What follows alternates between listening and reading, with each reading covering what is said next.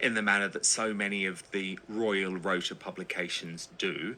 He's just being honest. I know what he's saying is totally true. It backs up my reporting of many years. There's no going back for William and Harry. William despises Harry. This is not like, oh, I'm a little bit annoyed. Maybe there's a way to make up in the future if you divorce Meghan or whatever. It's like, no. It's over.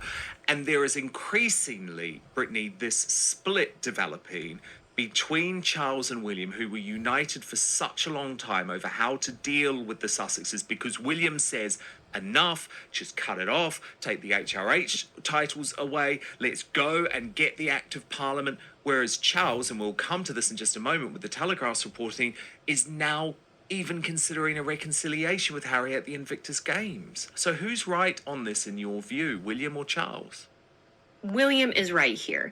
Harry and Meghan 100% are devaluing the royal brand, or specifically the British royal family brand. And while that might be sort of a very American notion, but when you have a brand, let's say like Coca-Cola, any competitor or anybody trying to, let's say, sort of mimic what they do will be sued into oblivion and be completely and utterly destroyed.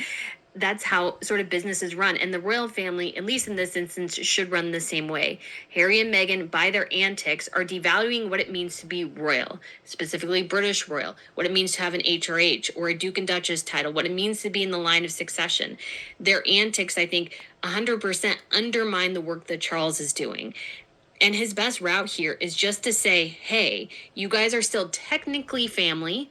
We may have some sort of relationship, but we have to protect the institution. He needs to act like a king here and protect the institution. Harry and Meghan have made their choices and they get to live with the consequences. And I think William sees it that way.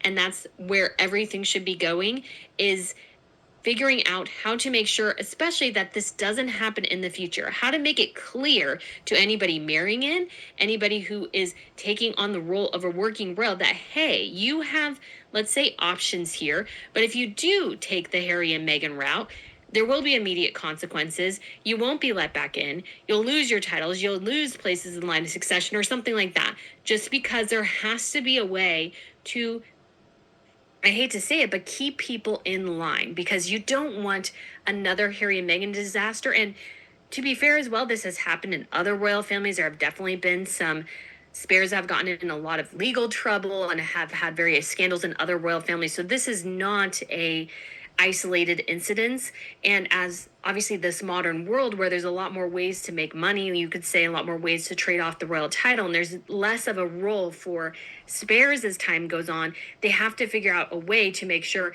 everybody knows, hey, you are part of this family, and that requires certain sacrifices. And if you can't make those, that's fine. You can still be part of the personal family, but the monarchy as an institution, you're gone.